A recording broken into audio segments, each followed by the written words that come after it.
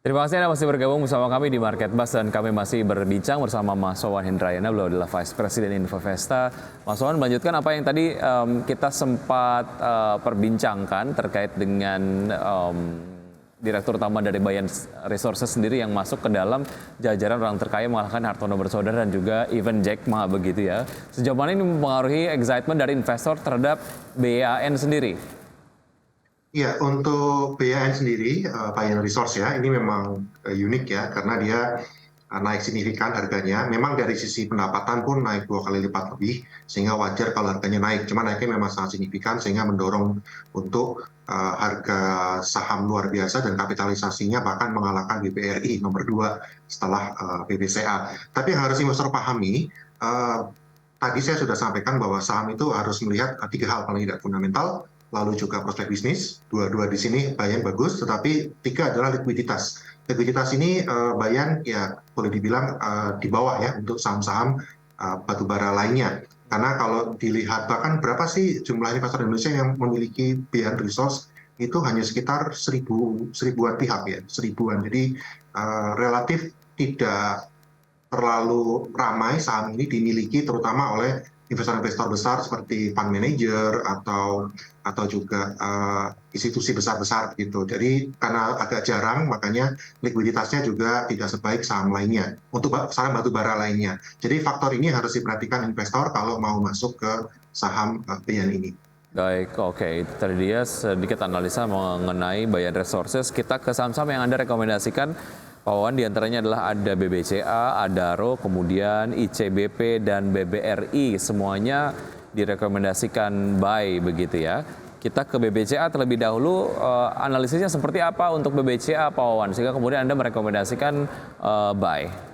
Ya, untuk laporan keuangan sangat baik di BCA ya. Melebihi ekspektasi daripada para analis. Lalu BBCA sendiri adalah saat ini kapitalisasi 1.000 triliun lebih. Ini saham yang akan paling menggerakkan bursa untuk saat ini. Jadi kalau kita percaya bahwa Windows dressing terjadi ke 7.100 ya BBCA pasti salah satu drivernya. Pun kalau lewat dari tahun 2022, tahun 2023 juga masih menarik untuk masuk ke BBCA. Ini termasuk juga mirip analisa terhadap Bank BBRI karena mereka 2 bank terbesar di Indonesia saat ini. Dan dari sisi dividen pun kita bisa mengharapkan akan rajin bagi dividen ya untuk 2 saham ini. Kalau dari sisi prospek harga sendiri ya BBCA kita pernah menuju ke 9.300 waktu itu. Kita percaya di tahun depan itu target BBCA di sekitar 9.500 sampai dengan 9.700. Oke, 8.600 level terakhir bisa langsung masuk ke BBCA? Ya, saya sih masih menyarankan untuk melakukan akumulasi beli untuk saham BDCA. Oke, dengan target di akhir tahun 2023 bisa mencapai 9.500 tadi Anda sampaikan ya? Sampai 9.700 ya. Oke, baik. Itu menjadi sebuah range yang kemudian cukup menarik dan secara tren dari pergerakan harga saham BBCA sendiri secara bulanan dan juga mingguan sudah melemah masing-masing 7,53% dan 0,86%. Artinya pelemahan ini bisa dimanfaatkan untuk bisa masuk akumulatif buy untuk BBCA di level terakhir di 8.600 begitu ya. Oke, level yang paling menarik untuk bisa masuk ke BBCA di berapa? Jika kemudian 8.600 masih dinilai kemahalan, Pak Wawan? Sebenarnya auto BBCA level di bawah 8.500 sudah murah sih menurut saya. Itu bisa Oke, di bawah 8.500 langsung gas begitu ya? Ya, akumulasi beli karena secara historis BBCA kalau sudah 8.300 biasanya langsung rebound gitu ya. Baik, baik. Oke. Berikutnya adalah ke saham yang masih Anda rekomendasikan. Setelah BBCA ada BBRI. Lagi saham berbasis perbankan. Oke. Sebelum BBRI kita ke Adaro terlebih dahulu karena secara susunan BBCA lalu Adaro. Oke. Adaro seperti apa, Pak Wawan? Ya, Adaro ini kalau tadi saya cerita untuk lihat 3 hal ya, yang dia punya semuanya itu fundamental sangat baik, kinerja yang naik 2 kali lipat, lalu juga dari sisi prospek bisnis tadi sudah diceritakan batubara masih menarik di tahun 2023 dan likuiditas karena dia memiliki likuiditas yang baik juga masuk ke LQ45 gitu. Jadi untuk Adaro memang terkoreksi beberapa sebulan terakhir ini, tetapi menjadi entry point yang menarik karena Adaro ini juga akan membagikan dividen nanti interim di tanggal 30 Desember, nanti akan ada lagi di tahun depan. Jadi ini untuk investor yang mau cash flow, ini bisa menjadi pilihan. Oke, level terakhir 3750 menarik untuk bisa buy atau tunggu pelemahan sedikit lagi kemudian bisa masuk ke Adaro? Menurut saya dengan tren yang ada ya bisa buy ya, karena kalau secara teknikal ini memang support kuatnya di level ini sekarang. Ya paling mungkin bisa turun 0,5% lagi, tetapi setelah itu cenderung akan naik. Oke, baik. Untuk target sendiri untuk Adaro bisa di level berapa, Pak Wawan? Ya, kalau kita beli di pada level sekarang, ini targetnya itu di tahun depan bisa mencapai 4.100 sampai 4.200. 4.100 hingga 4.200 itu di akhir tahun? Ya, Oke, baik. Untuk Adaro 3750 untuk level terakhir sudah mengalami pelemahan dalam 1 minggu setidaknya 4,34%. Kemudian di 3 bulanan dan juga 1 bulanan masing-masing sudah melemah 3,1%. Setelah Adaro kita akan menuju ke saham yang Anda rekomendasikan berikutnya, ada ICBP. Seperti apa analisisnya untuk ICBP, Pak Wawan? ya, untuk saham ICBP ini memang dari sisi income tahun ini mengalami penurunan ya dibanding tahun lalu. Tapi kita percaya bahwa dengan adanya perbaikan ekonomi di tahun ini maupun tahun depan, aktivitas juga dibuka, ini akan kembali naik di tahun depan. Karena sebetulnya secara revenue juga ICBP mengalami peningkatan yang cukup signifikan. Jadi untuk ICBP memang trennya adalah buy on weakness, tetapi dengan adanya tren industrializing, ya biasanya consumer goods salah satu yang akan diburu. Jadi ini bisa menjadi pilihan untuk ICBP, terutama kalau harganya turun di bawah 10.000, saya sarankan beli. Oke, walaupun secara fundamental di kuartal 3 tahun 2022 laba bersihnya turun ya 33,46%. Ya, jadi kalau ICBP ini memang secara fundamentalnya kurang ya, tetapi dari sisi prospek bisnis dan juga dari sisi likuiditas itu sangat baik. Jadi saya merekomendasikan memang buy on weakness kalau untuk ICBP ya mungkin ditunggu kalau bisa turun di bawah 10.000.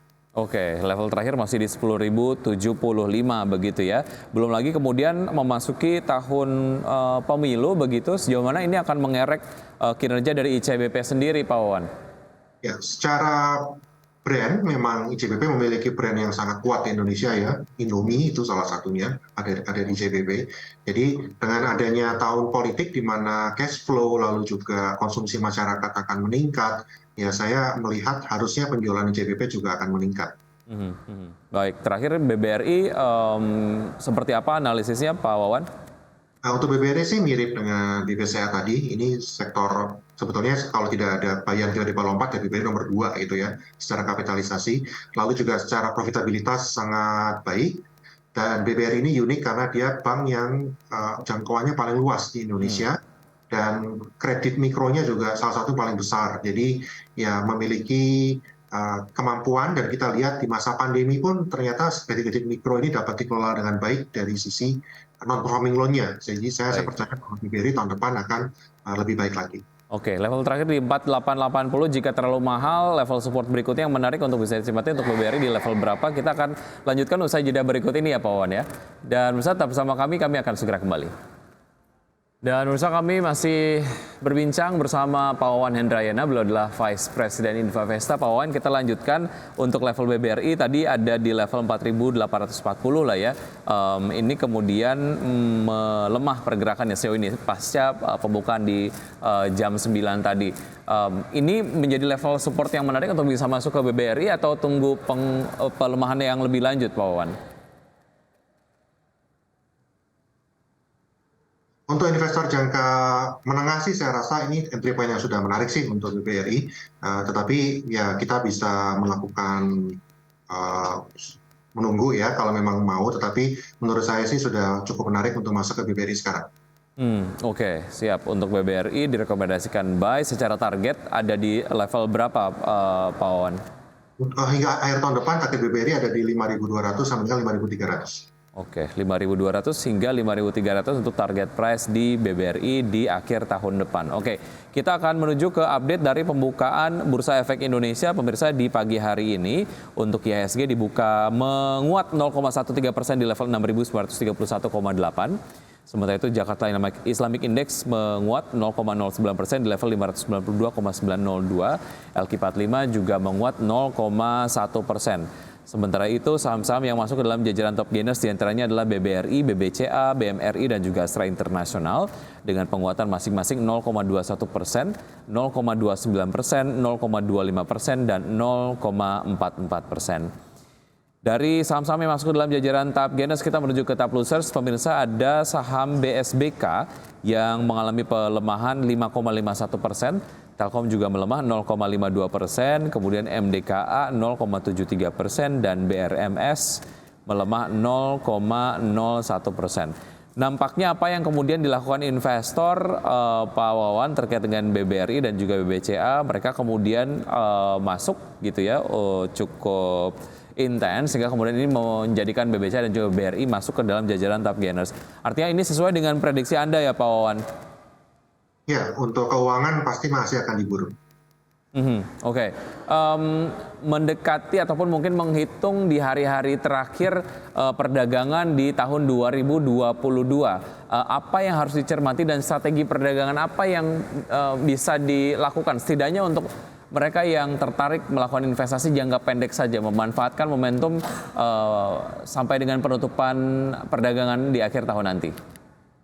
Ya, walaupun saya selalu menyarankan bahwa saham itu untuk jangka panjang ya, yang sesuai dengan risiko masing-masing. Tapi kalau untuk jangka pendek ya tadi, karena kita cukup optimis bahwa industri bisa terjadi, fokus pada saham-saham yang big cap sih, saham-saham keuangan, saham-saham consumer good tadi, udah juga saham-saham energi. Itu tiga itu yang menurut saya paling mungkin untuk terjadi window dressing. Oke, baik. Dan sekali lagi untuk saham-saham yang memiliki alasan fundamental yang cukup baik itu yang Anda rekomendasikan begitu ya.